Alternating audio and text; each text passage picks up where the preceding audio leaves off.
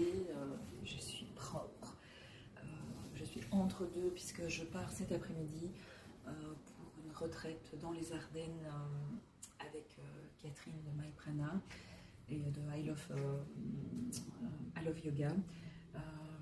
Cette retraite va me faire un bien fou, mais malheureusement je ne suis pas sûre que j'aurai beaucoup le temps de lire, mais bon, ça devrait le faire. Alors, je viens d'aller à la boîte aux lettres et il y avait une réception que j'attendais, puisque quand on est dans un book club d'une maison d'édition ou voilà, qu'on est lectrice pour une maison d'édition, il y a une conversation qui existe et dans la conversation, déjà hier, certains avaient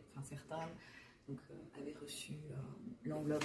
Je savais que j'allais recevoir une enveloppe d'Erol. Je suis contente qu'elle soit arrivée aujourd'hui parce que sinon elle allait passer le week-end dans la boîte aux lettres parce qu'il n'y a que moi qui vais à la boîte aux lettres. Mon homme, il n'est pas hyper stressé de recevoir les factures.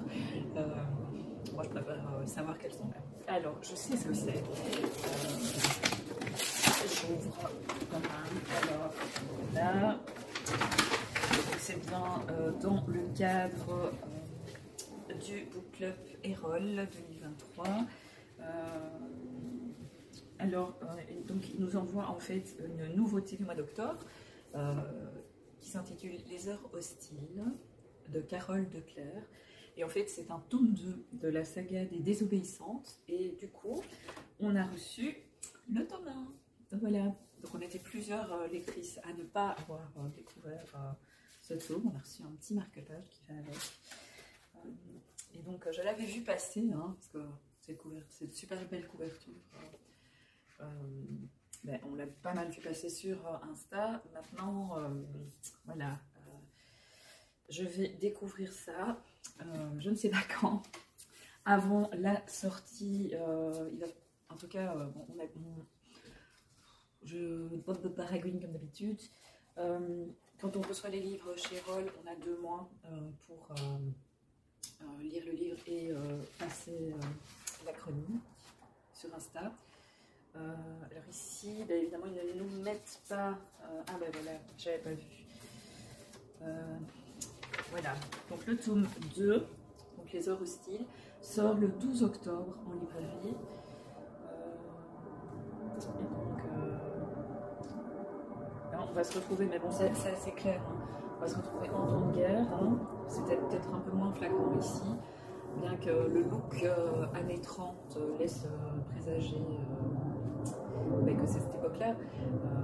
Alors, donc, Pauline Kermadec et Nathalie de Trenel ont grandi ensemble. À 19 ans, malgré des personnalités opposées, elles sont inséparables. Pauline, fille de diplomate réservé, pose un regard curieux et angoissé sur une Europe au bord du gouffre. Nathalie, issue d'une famille désargentée de la noblesse, lutte avec panache contre les préjugés et les convenances de son milieu. L'actualité de l'été 1938 les rattrape. Pauline doit suivre son père à Berlin, au chevet d'une paix toujours plus fragile. Au milieu des élites politiques européennes, elle fait la connaissance d'un séduisant éditeur allemand. Nathalie n'est pas en reste. Un jeune officier fait battre son cœur, n'en déplaise à leurs familles respectives. Dans un monde aux portes de la guerre, la plus dévastatrice que va connaître l'humanité, l'avenir des 2 amies est incertain. Pourtant, armées de la vigueur et de la détermination de la jeunesse, elles entendent imposer leur choix et conquérir leur indépendance. Donc ça, c'est pour le tome 1. Donc voilà, ça a l'air plutôt intéressant. Une histoire sur la Seconde Guerre mondiale. Encore une histoire sur la Seconde Guerre mondiale. On en a quand même pas mal, hein, il faut avouer. Alors ici, ils disent qu'il sort en octobre et dans le livre, Les heures hostiles, et ici, ils disent disponible en novembre. Donc visiblement, ils ont avancé la date de parution. Alors, je ne vais pas vous lire le résumé du 2e livre parce que moi-même, je ne vais pas le lire. Tout simplement parce que ça risque de spoiler en fait ce qu'il y a ici. Voilà, je veux dire, je vois déjà pas mal d'informations et j'ai plutôt envie de garder ces informations pour le moment de côté. Donc j'espère qu'il me plaira. Je vais vous laisser, je vais continuer à essayer d'importer ma vidéo pour le vlog parce que je me bats, c'est la première fois que je fais ça et soi-disant c'est intuitif, mais je vous assure que ça ne l'est pas tant que ça. Et je vais essayer de vous reprendre tout à l'heure quand je serai installée dans les Ardennes pour vous faire un petit coucou. Et de toute façon, je filmerai mon week-end. Voilà. À plus tard.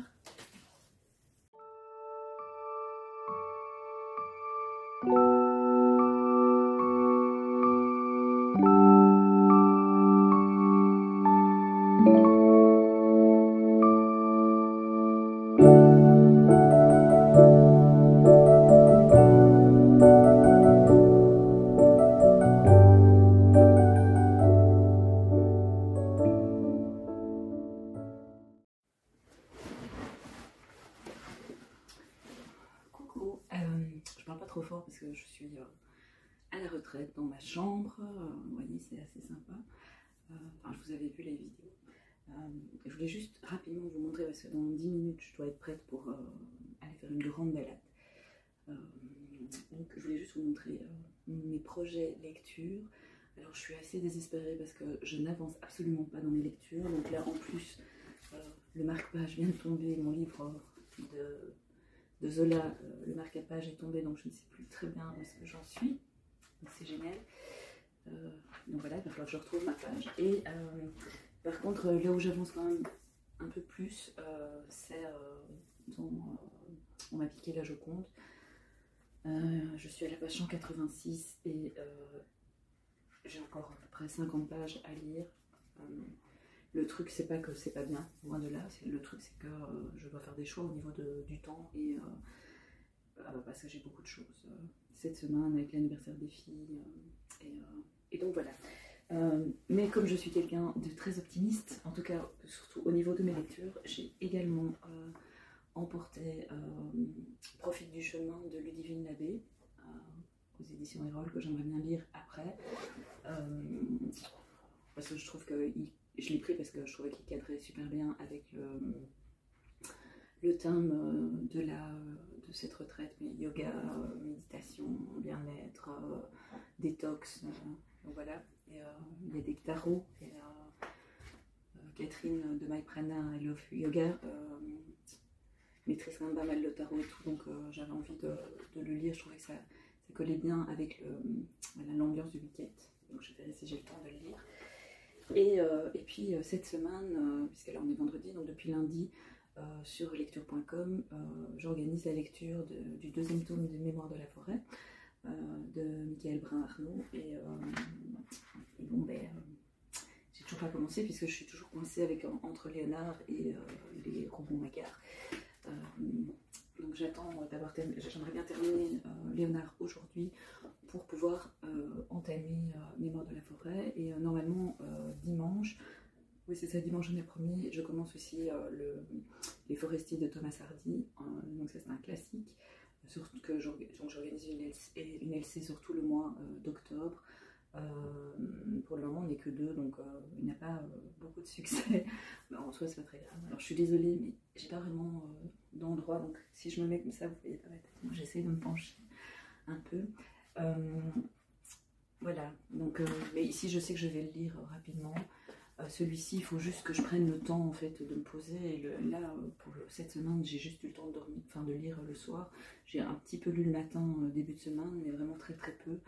Mercredi a été une journée hyper chargée à tous les niveaux. Donc hier, j'étais un petit peu en décantation de cette journée. Et donc là, aujourd'hui, ben, c'est aussi passer du temps avec les autres femmes du groupe. On a déjà fait du yoga ce matin. On a eu un petit déjeuner de roi, enfin plutôt de reine, et donc voilà. Donc là, ben, je faisais que passer. Je vous fais plein de bisous et je vous reprends très très vite. Sans doute pour vous raconter, vous expliquer mon ressenti sur cette lecture. Voilà.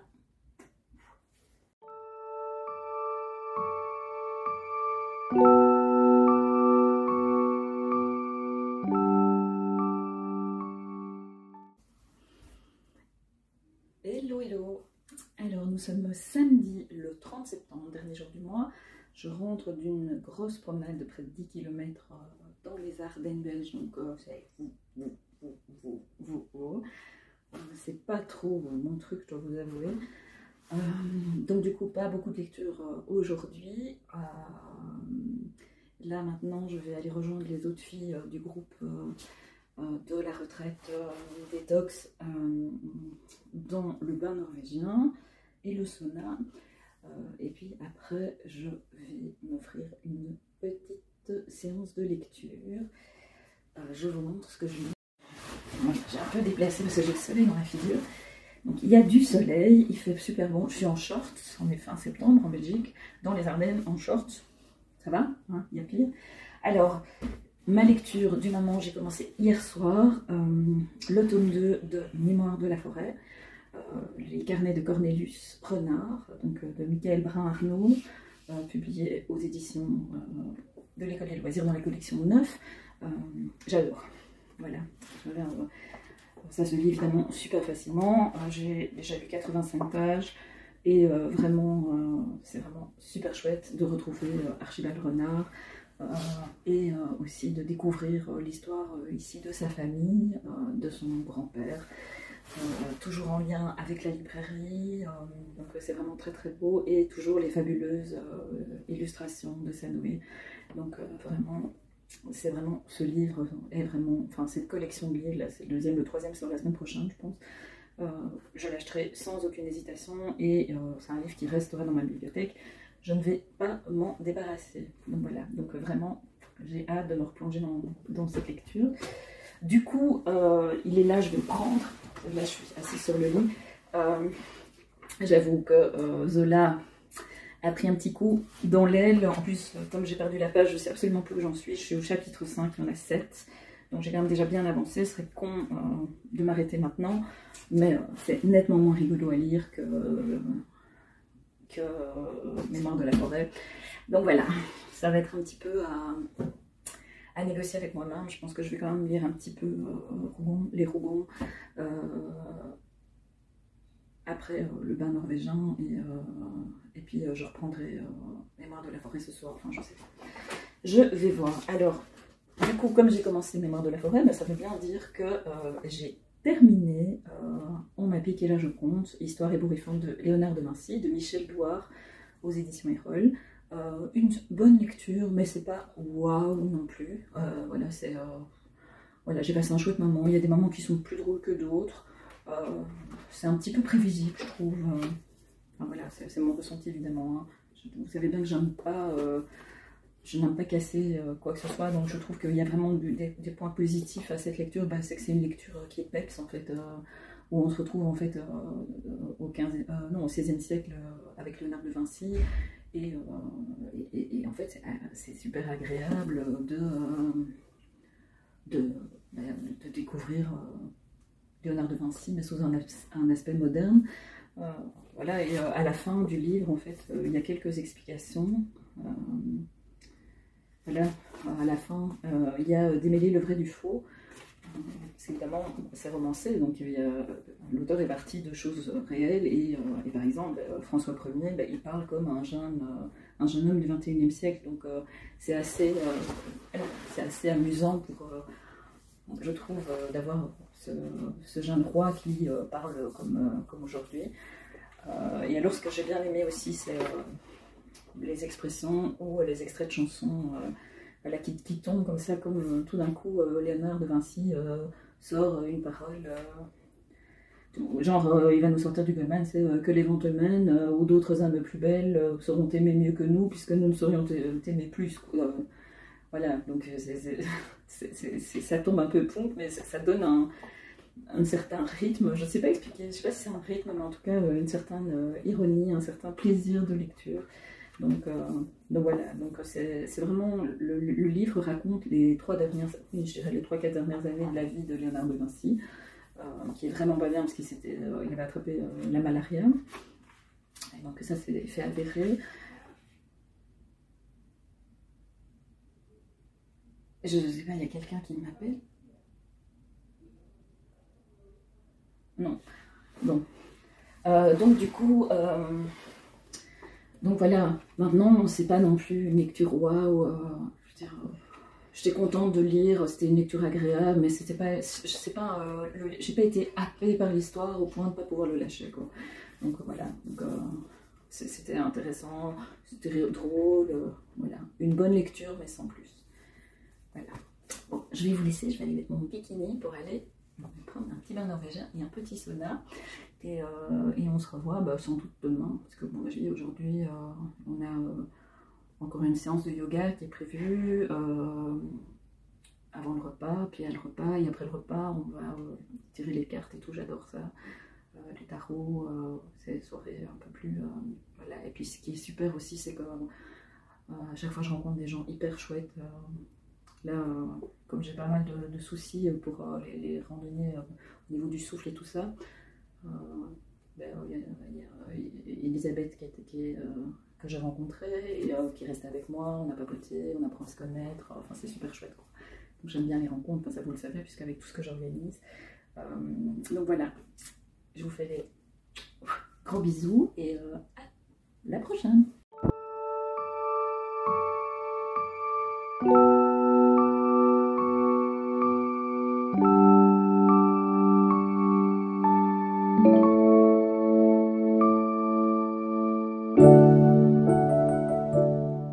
Hello! Alors on est lundi, le 2 octobre, ça y est, le mois d'octobre a démarré. Je suis de retour à la maison à Bruxelles. J'ai passé un super week-end. J'ai beaucoup marché, donc je suis quand même assez fatiguée physiquement. J'ai fait des belles rencontres, du yoga quand même 2 heures par jour. Donc là, alors du coup la lecture, bof bof. Ce qui fait que, comme je me suis imprégnée de cette entre-saison, j'ai un peu dit au revoir à l'été. Ah, un petit avion qui passe. Je ne peux pas attendre qu'il s'arrête, tant pis. Donc j'ai dit au revoir à l'été et là, ce week-end a vraiment permis de me rendre compte que l'automne arrivait. Voilà, les feuilles des arbres, voilà, il y a plein de détails qui me font dire que ça y est. Et puis bon, maintenant on est au mois d'octobre, quoi, donc plus le choix. Alors, d'ailleurs on entend à ma voix que je suis fatiguée. En plus j'ai une nuit un peu bizarre, j'ai fait un cauchemar, je ne sais pas à quelle heure. J'ai réveillé mon homme qui ne s'en est pas encore remis tout à fait. Donc du coup, je suis partie avec 4 livres. J'en ai terminé un dont je vous ai déjà parlé. J'ai très peu avancé dans La Fortune des Bourbons, mais j'ai un peu avancé hier et j'ai un peu avancé ce matin. Donc là, j'arrive au chapitre 6, j'ai envie de dire péniblement. Pas parce que, en fait, ce qui me retient à ce livre vraiment, c'est l'écriture, parce que c'est vraiment une écriture fabuleuse, mais par contre, il ne se passe pas grand-chose, quoi. Donc voilà, c'est les émois, l'amour. Ce matin, en lisant, je me faisais la réflexion que clairement, c'était pas étonnant que c'était interdit aux jeunes filles, en fait, au 19e et au début du 20e, ce genre de livre. Parce que, voilà, oh mon Dieu, elle va nager en tenue de bain et elle apprend à nager avec un jeune homme. Voilà. Donc, Silver, le jeune homme, est vraiment un homme bien, en tout cas par rapport à Miette. C'est les 2 personnages principaux du roman. Oh, je ne sais pas quoi faire avec mes cheveux. C'est voilà, les 2 personnages principaux du roman. Et donc voilà, donc je continue tout doucement. Ça m'énerve un peu parce que j'aimerais bien avancer plus vite, mais là je suis débordée par toutes mes lectures. Donc encore une fois, j'ai eu les yeux plus grands que le ventre. Soit, donc ça, première lecture. Alors, j'ai démarré Mémoire de la forêt. Alors là, j'ai lu 115 pages. Là aussi, je n'avance pas aussi vite que ce que je voudrais. Il faut vraiment, en fait, pour ce livre, il va falloir, je pense, que je m'octroie un moment de lecture, que je me mette des timings et que, voilà, que je me plonge tête baissée dans ce livre. Parce que, voilà, c'est vraiment une pépite et j'aime vraiment, et je trouve que vraiment, c'est vraiment de la littérature jeunesse de qualité et vraiment, c'est à découvrir. Alors, aujourd'hui, il y a la lecture commune, une lecture commune qui démarre sur lecture.com, que je n'organise pas, mais à laquelle j'ai très envie de participer cette semaine. C'est Le Sourire au livre de Cynthia Kafka. Pourquoi? Ben parce que je l'ai dans ma palle, parce que je sais que c'est le genre de lecture qui va se lire beaucoup plus rapidement que Zola, pas parce que c'est moins bien écrit ou quoi que ce soit, non, parce que c'est un style totalement différent, une époque totalement différente, et que c'est une lecture un peu plus doudou que Zola, et même pas un peu plus, beaucoup plus doudou que Zola. Maintenant, je ne sais pas si je vais vraiment avoir le temps cette semaine, puisque j'ai moi-même lancé 2 lectures communes. Alors la première, c'est une lecture sur tout le mois d'octobre, c'est la lecture d'un classique, et pour ce mois-ci, j'ai choisi Les Forestiers de Thomas Hardy.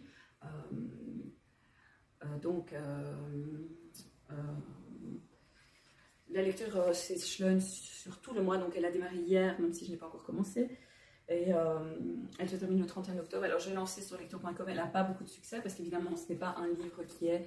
merci Jack, mon chien a fait bouger le pied. Donc je refais un petit réglage. Merci mon toutou préféré.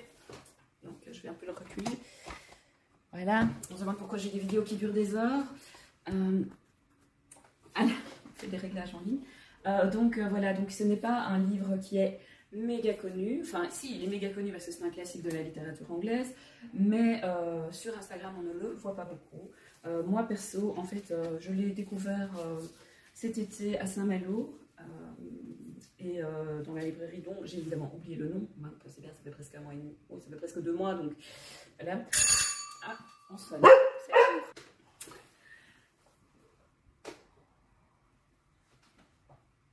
Bon, me voilà de retour, je pense. C'était pas pour moi, c'était une erreur. Vous avez entendu la sonnette, c'est une véritable torture. Donc, du coup, je bois un petit coup de thé. Voilà, alors, je ne sais plus où j'en étais. Oui, j'en étais avec Les Forestiers. J'ai été atterrée par la couverture, donc je connais l'auteur de nom, Thomas Hardy. Le nom Forestier, je me suis dit que pour une lecture commune en octobre, ça pouvait le faire. Je trouve que alors, j'ai pas commencé, j'ai pas regardé. Je vais commencer hier, mais je n'ai pas commencé hier. Donc, il fait 400... En gros, il y a 48 chapitres, donc je pensais lire 1 ou 2 chapitres par jour en fonction de la taille des chapitres pour avancer. Ici, je vois que le premier chapitre, c'est jusqu'à la page 20, donc le deuxième chapitre, on a les atterrissages aujourd'hui, c'est jusqu'à la page 29, donc je pense qu'aujourd'hui, je vais lire 2 chapitres, je vais faire 2 chapitres un peu en fonction et j'aviserai. Alors la maison d'édition c'est Libretto. Je vous lis le résumé de la 4e. Donc, dans un petit hameau du sud de l'Angleterre niché au cœur de la forêt, la jeune Grace Melbury souhaite épouser son amour d'enfance, mais son père, marchand de bois dévoré par l'ambition, lui impose un autre prétendant, le nouveau médecin du village. Grace se retrouve alors déchirée entre la sincérité de ses sentiments et l'obéissance de son père. Porté par le souffle romanesque de Thomas Hardy, Les Forestiers constituent le point d'orgue de son œuvre immense. Voilà, donc Thomas Hardy est né en 1840, il est décédé en 1928. C'est le fils aîné d'un maçon et d'une mère au foyer ambitieuse. Jeune architecte, il se tourne finalement vers le roman. Et donc Les Forestiers paraît en 1887. Et donc Thomas Hardy, c'est aussi celui qui a écrit Tess d'Uberville et aussi Jude l'Obscur, qui sont sortis, oui, qui ont été publiés après, par la suite. Donc voilà. Donc, si vous avez envie encore de me rejoindre, la lecture est sur tout le mois, donc n'hésitez pas à m'envoyer un petit message ou aller directement sur lecture.com. Je serais ravie de pouvoir lire ce bouquin avec vous et de pouvoir en discuter. Alors, au niveau lecture commune, aujourd'hui et jusqu'à dimanche, démarre la lecture de L'été où tout a fondu de Tiffany McDaniel. Alors, Tiffany McDaniel, c'est celle qui a également écrit Betty, si mes souvenirs sont bons. Je vais trouver l'info bien quelque part. Je suis quasi sûre. Voilà. Quand on est, oui, c'est ça. Donc c'est son 2e roman. Donc je n'ai pas encore lu Betty. C'est prévu aussi pour ce mois-ci. Ce roman est depuis 1 an dans ma palle. Donc c'était la rentrée littéraire de l'année passée. Alors l'été où tout a fondu. C'est l'été de 1984 à Brethet, Ohio. Ohio. Oui, en fait, Ohio, je sais pas pourquoi je dis ça, mais Ohio. Alors, hanté par la lutte entre le bien et le mal, le procureur Autopsy Bliss publie une annonce dans le journal local. Il invite le diable à venir lui rendre visite. Donc, ça commence déjà bien. Alors, le lendemain, son fils Fielding découvre un jeune garçon à la peau noire et aux yeux d'un vert intense, planté devant le tribunal qui se présente comme le diable en personne. Cet enfant à l'âme meurtrie, heureux d'être enfin le bienvenu quelque part, serait-il vraiment l'incarnation du mal? Dubitatif, les adultes le croient en fugue d'une des fermes voisines et le shérif lance son enquête. Se produisent alors d'étranges événements qui affectent tous les habitants de Bretted, tandis qu'une vague de chaleur infernale frappe la petite ville. Portée par une écriture incandescente, L'été où tout a fondu raconte la quête d'une innocence perdue et vient confirmer le talent exceptionnel d'une romancière à l'imaginaire flamboyant. Donc voilà, donc là on est dans de la littérature américaine, et fait quand même 400 et des pages, donc c'est encore une fois ambitieux sur 8 jours, surtout quand on n'a pas terminé les lectures communes de la semaine d'avant. Et c'est ce qui me fait dire que malheureusement le sourire au livre va un petit peu passer à la trappe, peut-être fin de semaine, on verra. Surtout que j'ai des SP à lire aussi en cours de route. Donc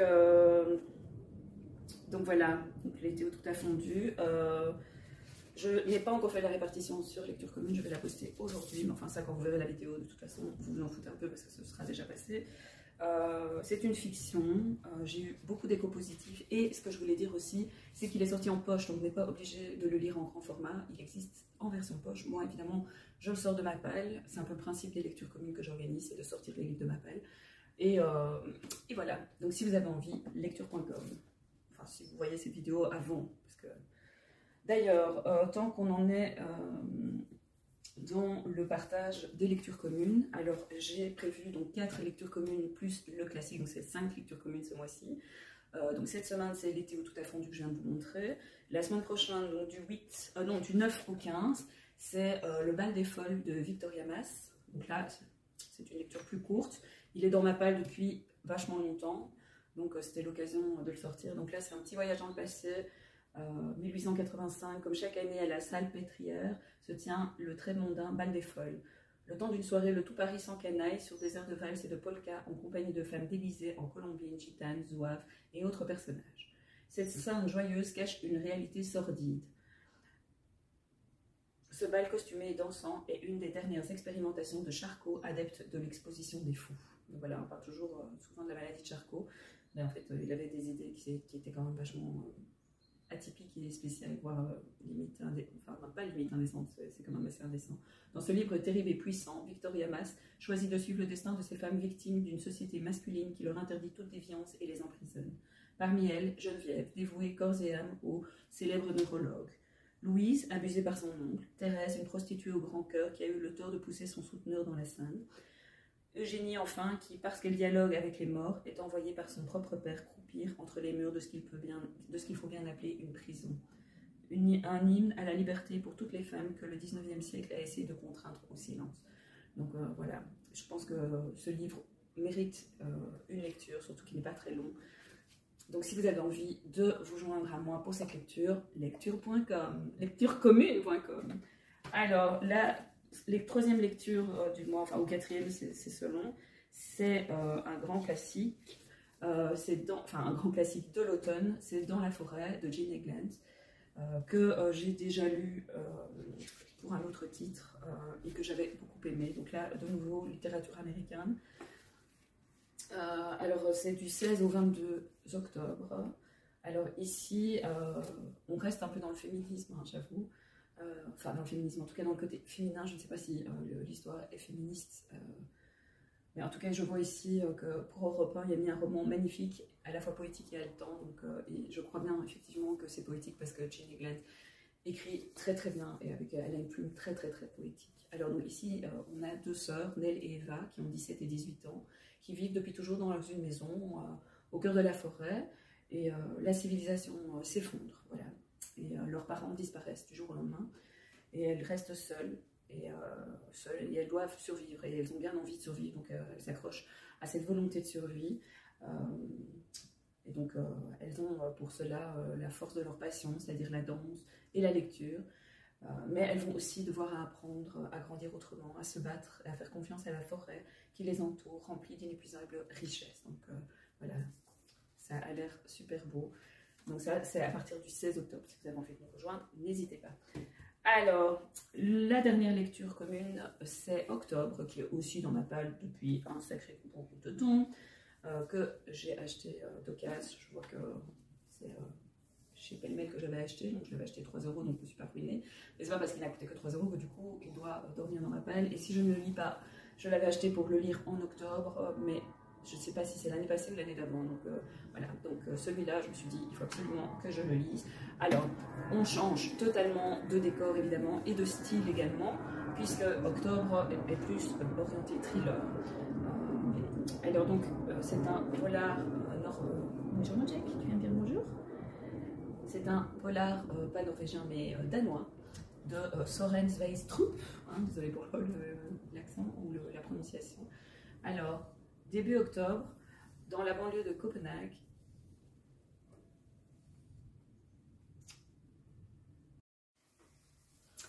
Voilà, donc je reprends. Désolée, j'ai eu un appel. Donc je vous reprends donc pour vous parler de octobre, donc la lecture du 23 au 31 octobre.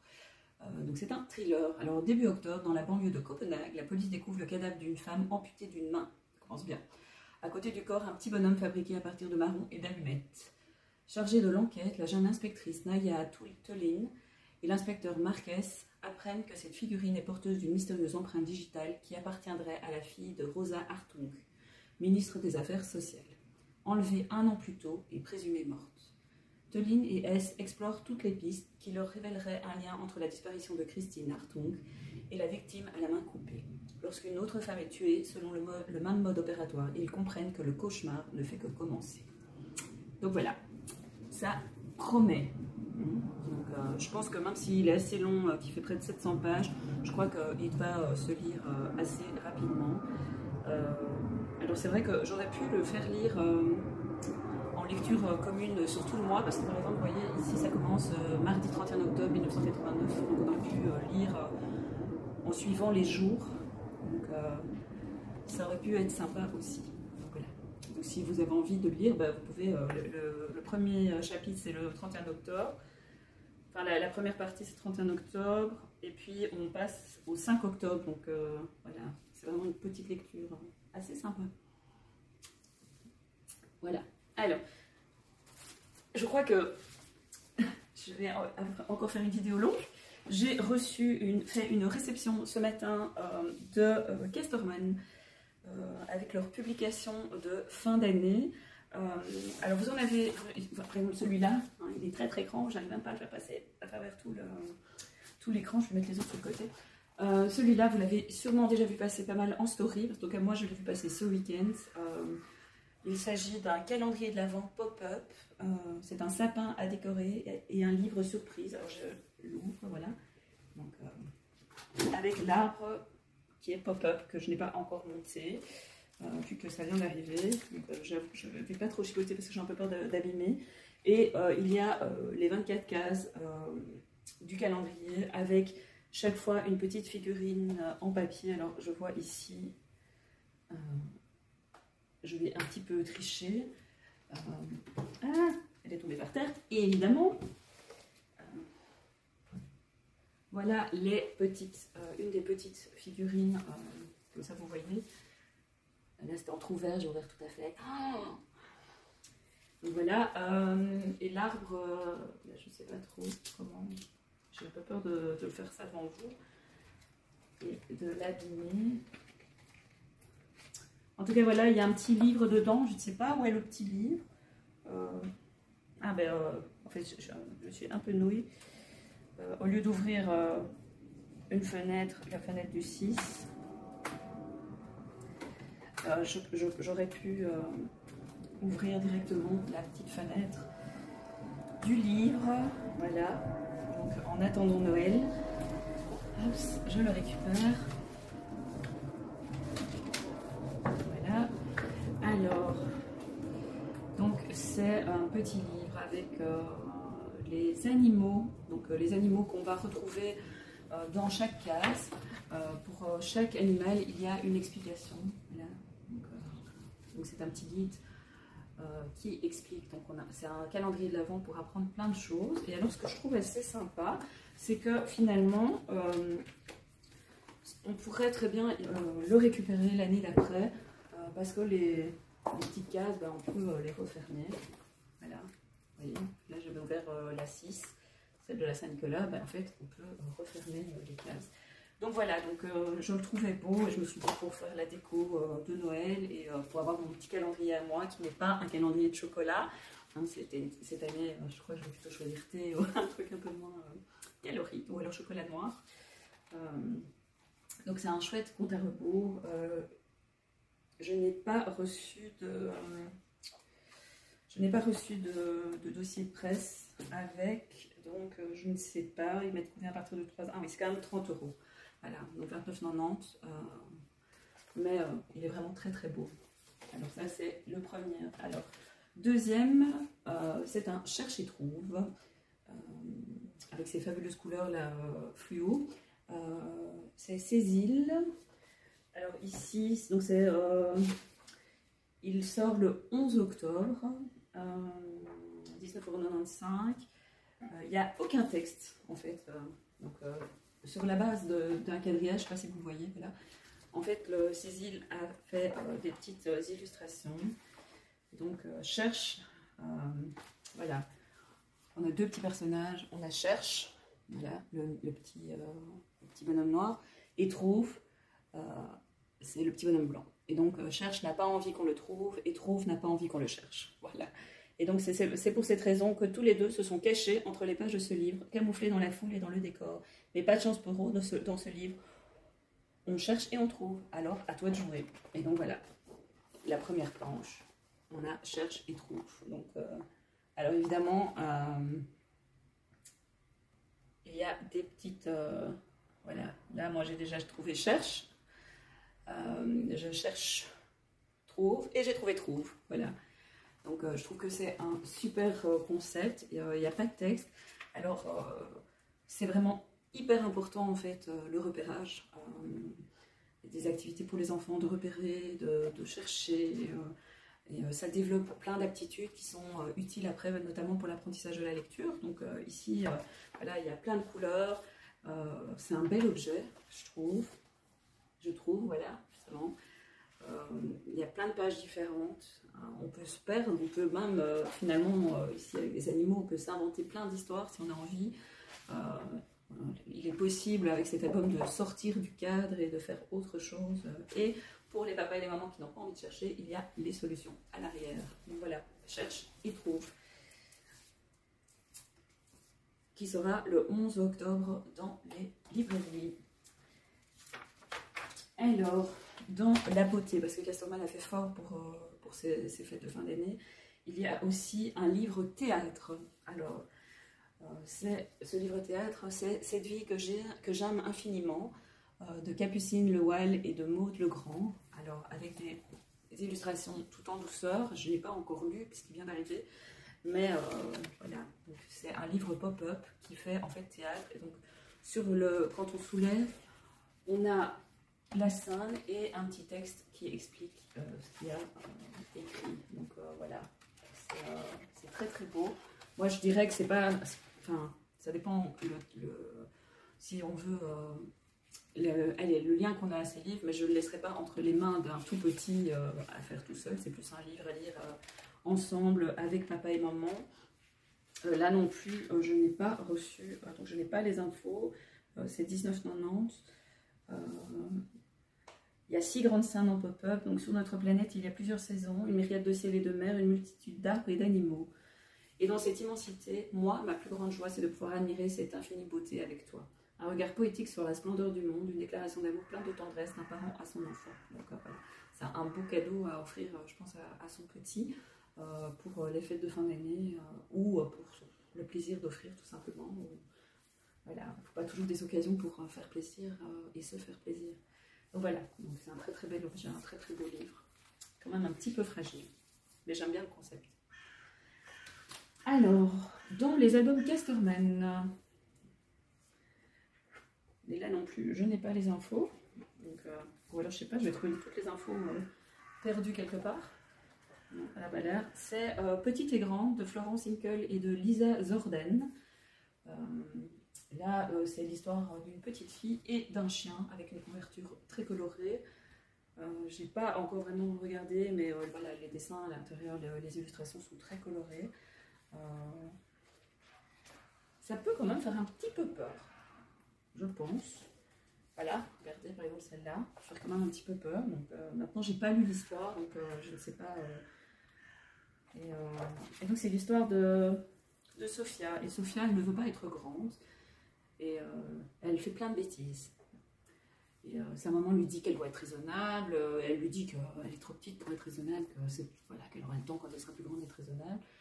Et elle lui dit alors tu iras au lit à l'heure des bébés, décrète son père. Alors encore trop petite ou déjà trop grande, difficile de choisir. Et si par cette nuit étrange et douce, Sophia essayait tous les âges de la vie. Donc voilà. Donc, ça me fait penser un peu à Max et les Maxi Monstres. Donc c'est un voyage d'une petite fille.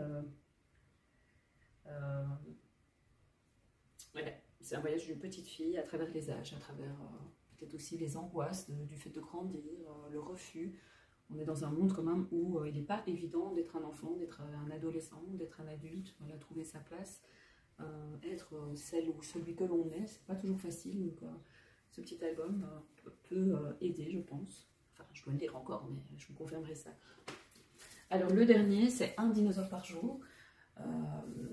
Donc c'est 365 dinos à découvrir au fil de l'année. Donc voilà. Et donc ici, on plonge réellement dans le monde des dinos. Un monde, un univers que les enfants adorent. Alors le truc est pas mal fait parce que le sommaire est travaillé en fonction des mois. Mais chaque mois, en fait, il y a une catégorie de dinosaures. Donc par exemple en janvier, c'est les plus petits dinosaures. Les dinosaures autruches, puis février, les dinosaures les plus rapides, les mangeurs d'insectes. À chaque fois, en fait, il y a une page, donc ça veut dire qu'on peut lire, en fait, découvrir un dinosaure, voilà, un dinosaure par jour. Ici, 1er janvier, Eoraptor. À chaque fois, il y a une petite fiche, une petite carte d'identité, avec l'époque, la famille, l'alimentation, la longueur, le poids, le lieu. Il y a ça pour chaque dinosaure, mais on peut aussi l'utiliser comme un livre normal et aller directement à la page 20. Par exemple, si je prends, voilà ici, attendez, je reprends la page, voilà, je prends Les chasseurs bipèdes, page 192, là on est au mois de décembre, donc là je suis à la fin de l'année, voilà, hop, décembre, j'arrive directement au 1er janvier, au 1er décembre, et je trouve en fait tous les dinosaures qui correspondent à cette catégorie, donc on peut aussi utiliser le livre comme une référence. Ce qui est intéressant aussi pour ceux qui le lisent au quotidien, c'est qu'il y a un petit marque-page, voilà, qui est ici, voilà, et donc il permet, si on découvre chaque jour un dinosaure, on peut mettre le petit marque-page pour savoir où est-ce que l'on est.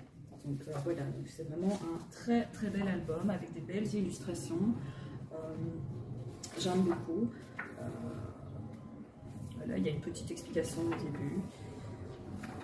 Des explications assez classiques des livres sur les dinosaures. Mais c'est le genre de livre qui est pas mal, même pour des petits, parce que finalement le texte est très court si on le lit un petit peu tous les jours. Et on peut même finalement prendre des informations et raconter des choses comme on veut en fait. On n'est pas obligé de lire, on peut aussi juste prendre l'info. Et je vois ici par exemple, pour si jamais on est plus dans une recherche, il y a un index à la fin avec tous les dinosaures par ordre alphabétique, donc si jamais il y a un travail à faire. Donc le livre, une fois qu'on l'a lu une première fois, on peut encore le réutiliser d'autres fois. Il y a des petits jeux aussi. Voilà, on te dit par exemple à la page 186-187, je fais 12 mètres de long, il pèse 10 tonnes, mes pattes sont épaisses comme des troncs d'arbres, qui suis-je? Donc c'est aussi rendre le livre un petit peu interactif. Il y a un lexique de vocabulaire, un glossaire. Non, vraiment, c'est vraiment un très très très beau bouquin à offrir aux petits fans ou aux gamins déjà petits en étant encadrés ou même autonomes. Maintenant, peut-être qu'à certains moments, les dessins auront peut-être l'air un peu bébé enfin bébé, je ne sais pas si vous voyez ce que je veux dire, mais Les illustrations sont très très belles, mais quand on a du féru, moi j'ai eu un féru d'animaux, et lui ce qu'il aimait c'était surtout les vraies photos pour pouvoir vraiment observer les vrais. Bon alors vous allez me dire avec les dinosaures c'est un petit peu compliqué, mais il y a peut-être des livres à un moment donné qui correspondent au plus, mais c'est une très très belle rentrée en matière, et donc merci Gastelman pour ce superbe envoi. Bon moi je vous laisse parce que là ça fait une demi-heure que je cause. Mon thé est froid, je vais aller faire une balade avec mon chien puisqu'on a un bel été indien. Je vais aller me ressourcer parce que je suis fatiguée, mais je vais quand même voilà, prendre des bonnes énergies. J'ai rendez-vous en fin d'après-midi vers 4h, 4h30 avec Sophie, lectrice de Bruxelles. Aujourd'hui, Sophie Marceau est à la FNAC de la porte de Namur, Toison d'Or. Elle dédicace son dernier livre, puisque Sophie Marceau écrit, et donc j'ai décidé d'accompagner Sophie à cette dédicace. Et puis voilà, donc je vous filmerai ça et vous mettrai quelques petites vidéos pour vous montrer si on a réussi à avoir le Graal, c'est-à-dire le petit ticket pour avoir la dédicace. Et parce qu'évidemment, il y a beaucoup de monde attendu pour cette dédicace. C'est pas tous les jours que Sophie Marceau dédicace ses livres ou est accessible finalement au public. Donc, et comme elle a quand même beaucoup de fans, voilà, je suis pas sûre qu'on réussira à l'avoir, mais si on réussit à l'avoir, ben, ce sera super chouette. Donc voilà. À la prochaine, les lecteurs.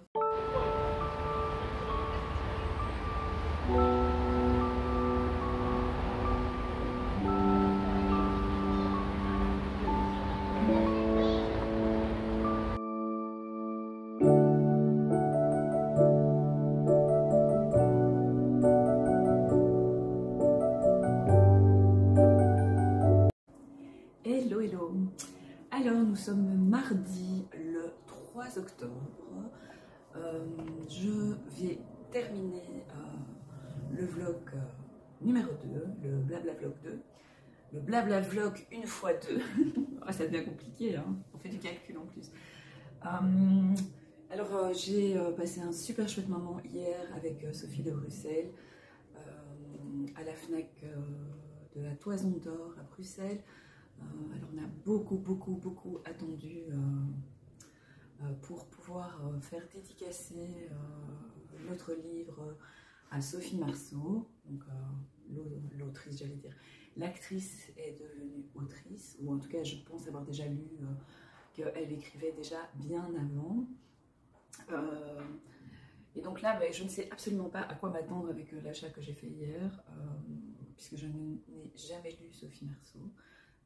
Sophie qui était avec moi a déjà lu en partie le livre parce qu'elle l'avait déjà acheté il y a un petit moment. Il s'agit en fait d'un recueil de nouvelles. Je vais le prendre parce qu'évidemment j'ai commencé ma vidéo sans prendre. Vous savez bien, je suis en carton. Alors voilà, donc le voilà. Donc le recueil de Sophie Marceau s'appelle La Souterraine. Donc il s'agit de 13 histoires et de 7 poèmes, donc c'est un mélange entre des nouvelles et de la poésie. Et en fait, visiblement, ils se répondent et ils se complètent, donc d'un décor à l'autre, donc plateau de cinéma, jardin d'enfance, hôtel de luxe ou terrain vague, les héroïnes, filles, jeunes femmes, amantes ou amoureuses, mères ou grand-mères, incarnent chacune à leur manière le sort d'être femme, qu'ils s'expriment par un corps, un rôle, un héritage. Voilà, donc c'est une sorte de recueil autour des femmes, autour de la transmission, du lien entre ces différentes femmes. Donc voilà, ça va être une découverte, de découvrir la plume de cette actrice qui quand même est présente dans mon champ visuel et cinématographique depuis l'enfance. Alors, il y a toujours des avions, il y a beaucoup de vent, j'en dis, je sais pas chez vous. Voilà, je laisse l'avion passer. Donc voilà, ouais. Sophie Marceau, ben, c'est depuis mon enfance. Elle a, je pense, 10 ans de plus que moi. Donc j'étais assez petite au moment de la boom, mais comme le film a fait beaucoup parler de lui, ben, quelque part très vite en fait, je vais avoir 7-8 ans la première fois que j'ai vu la boom, donc ça fait finalement 40 ans que Sophie Marceau, voilà, que je connais Sophie Marceau, et j'étais vraiment ravie et touchée hier de voir son sourire en fait, parce que elle a vraiment un sourire qui moi je veux dire, m'émeut presque. oui, je sais, je tombe un peu dans le bateau là, mais ce sourire qui est resplendissant voilà, donc on a attendu avec Sophie pendant plus de 2h30. On est arrivé vers 16h30 à la FNAC, les dédicaces commençaient à 18h et il était 19h, entre 19h et 19h10 quand on est passé, donc quand c'était fini. Alors vraiment la dédicace a vraiment été méga rapide puisqu'il y avait vraiment beaucoup de monde. Il y avait 200 tickets qui ont été distribués. À 17h, on était plus ou moins au milieu de la file et on a eu les tickets 72-73. Donc à 19h, il y avait encore des gens qui attendaient en fait. Il y avait un premier sas d'attente pour pas encombrer toute la galerie parce que c'est une galerie marchande. Donc ils avaient réquisitionné un magasin qui était à louer, ou enfin je sais pas si c'est la FNAC qui loue ce magasin, enfin voilà. Et donc là on a attendu là, voilà, la porte vient de se fermer avec le courant d'air. Donc on a attendu là, puis vers 17h30, quand cet endroit-là, cette surface-là était déjà encombrée par des fils, c'était hyper bien organisé, il y avait c'est pas des cordes, mais vous voyez les trucs qu'on tire et que quand on enlève, ça se remet comme ça avec des poteaux. Donc il y avait un chemin de fil qui était créé. Et puis il y avait une longue file dans le couloir. Elle était vraiment juste à l'entrée de la FNAC, dans la première partie du magasin, là où en général à la FNAC ils mettent les livres, et donc il fallait d'abord aller acheter son livre et puis après faire la file. Comme on avait un numéro, on pouvait réintégrer la file si on devait aller chercher quelque chose à boire. Enfin, voilà. Mon compagnon est venu nous rejoindre vers 18h30, donc il a fait la file avec nous les 30 dernières minutes, parce qu'il avait envie évidemment de rencontrer également Sophie Marceau. D'ailleurs c'est très drôle parce que sur la photo, après la dédicace, on a pris une photo avec Sophie Marceau, et en fait, il ne sait pas trop où se mettre, donc on voit que sur la photo, il est un petit peu derrière elle, comme ça. On dirait quelqu'un qui passe, en fait, qui se dit, bah tiens, qu'est-ce que je fais là? Je suis sur la photo. Enfin, c'est tellement lui, donc ça me fait sourire. Oui, je suis crevée, je me remets de ce week-end qui était chargé, donc la dédicace était super rapide, donc c'était moins de 5 minutes. Et donc voilà, elle a juste mis pour Katia et Vincent Sophie Marceau, quoi. Donc voilà, c'était vraiment. Mais il y avait effectivement tellement de monde, donc finalement c'était beaucoup d'attente pour un moment très court, mais en tout cas on a réussi, enfin mon compagnon a réussi à la faire rire, comme d'habitude.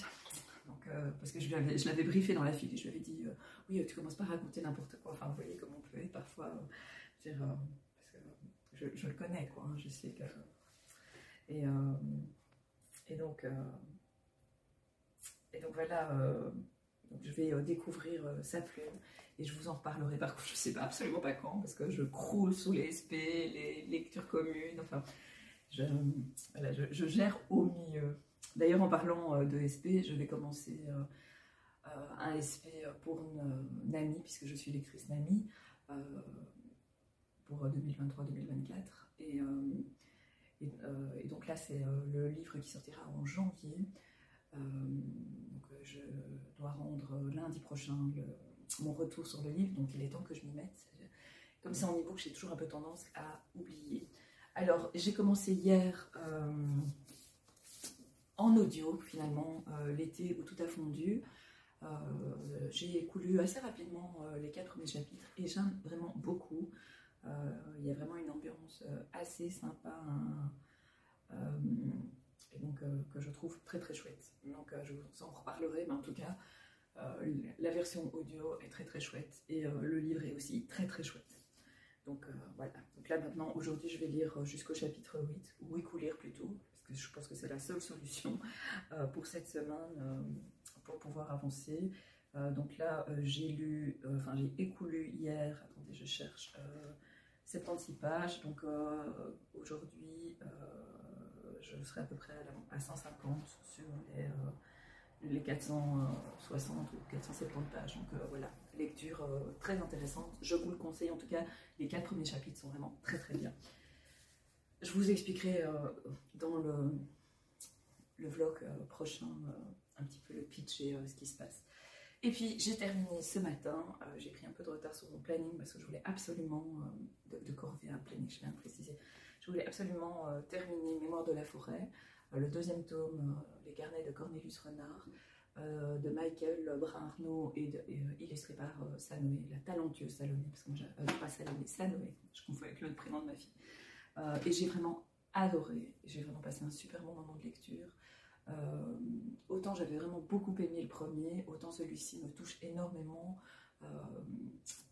L'intrigue tourne autour des secrets de famille, donc il y a une enquête d'Archibald, non pas d'Archibald, oui d'Archibald, le renard, donc c'est le même personnage que dans le tome 1, c'est le renard, libraire, qui mène l'enquête avec son petit-neveu Bartholomé, et c'est vraiment très très très très très chouette, très très beau, très très bien écrit.